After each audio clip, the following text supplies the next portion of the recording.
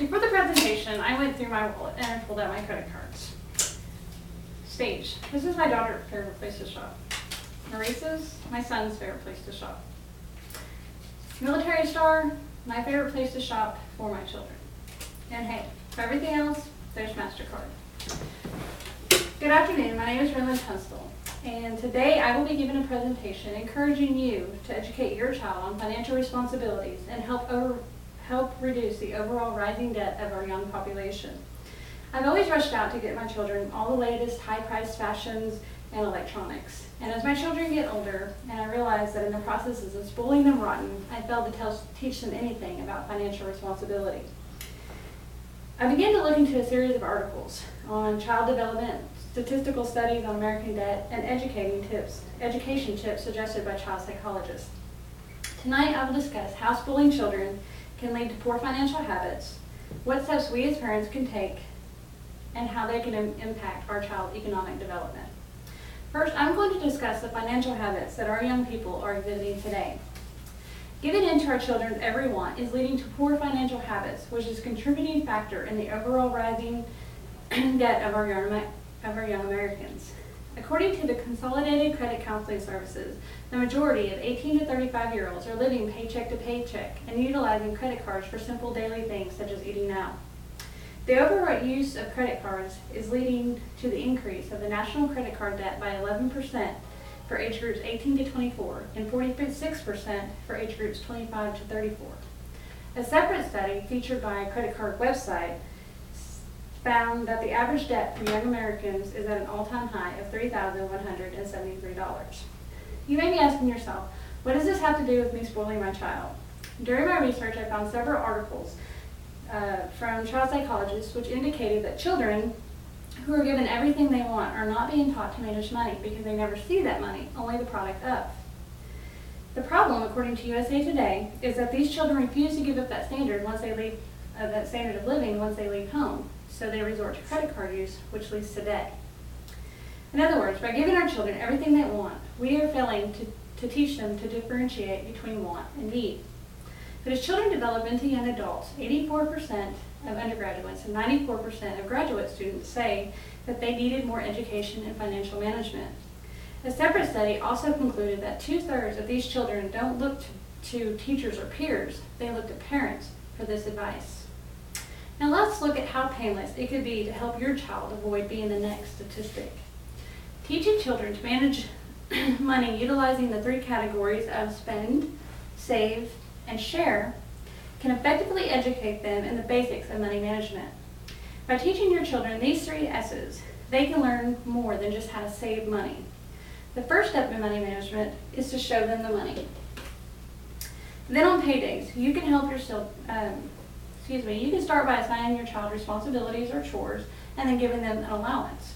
Then on paydays, you can help your child to sort their money into 3 categories. The first category is spend. This is the money that your child would use on a day-to-day basis in a given time period, such as a week. As your child spends the money, they will learn about taxes associated with prices, such as a soda pop costs $1, but with tax, it's $1.09. As your child spends the money, the most important thing about this category is not to bail the child out when they're out of money or it's gone for that set time frame, and that he or she must wait until the next payday for more money. This will encourage budgeting and let the child understand the consequences if they choose to spend all their money quickly. The next category is save. This can be done. This is money put aside for big or high-priced items. This can be done in a couple different ways. You can open your child a savings account and each month show them that statement and show them how their money is growing and how interest is accrued. The second way is to have them save in a jar and at the end of the month match them by a certain percentage, resembling a 401k type program. The second category will not only teach them how to save, but increase their understanding of the time value of money. The third category is share. As we raise our children to handle their financial responsibilities, child psychologists state it is equally important to teach a child to give. The money is designed to show children that money can be used for charitable contributions. This could be money set aside for others' birthdays or Christmas gifts, or perhaps even a true charity of your child's choice. Now let's look at how a little education can affect your child's future. Educating your child in money management could have dramatic influence on his or her lifestyle. People of all ages in financial debt often fall into a state of depression.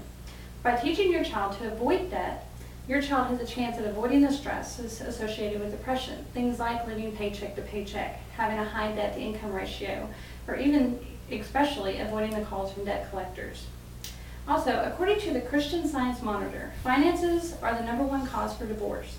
So by educating your child in financial responsibility, it could assist with their overall personal relationships. According to child psychologist Madeline Levine, and I quote, "Every time we use material things as a way to calm a child, we rob that child of an opportunity to manage unhappy or negative feelings. Unhappy feelings are inevitable in life, and our kids need to learn how to navigate through their challenges, disappointments, and unhappiness.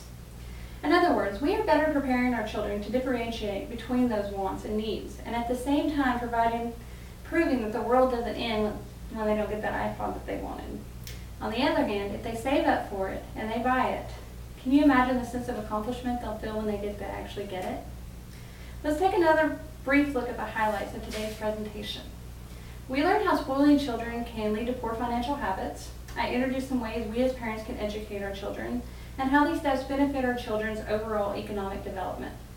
Thank you for joining me today, and I hope that you consider this the first step to influencing your child's financial future. As you leave here today, I encourage you to look around. Look around and see that the message everywhere is to buy. Commercials, programs, ads, and even peer pressure. And the only thing between that message and your child is you. As you go home today, I encourage you to get with your children. Don't you want to know? Don't you curious as to how, what they know about money? What do you know about money? Ask your child. Today, as a child, my parents never discussed money with me. And at the beginning of the presentation, I showed you my 4 credit cards. Once upon a time, they were either all maxed out or close to it. Today they have a 0 balance, and I simply have them as a reminder of how far in debt I was. We must be able to tell our children no, and be confident about our decisions, knowing that discipline and education is a true sign of love and will only better serve our children, because no matter what the limit, MasterCard can't cover that.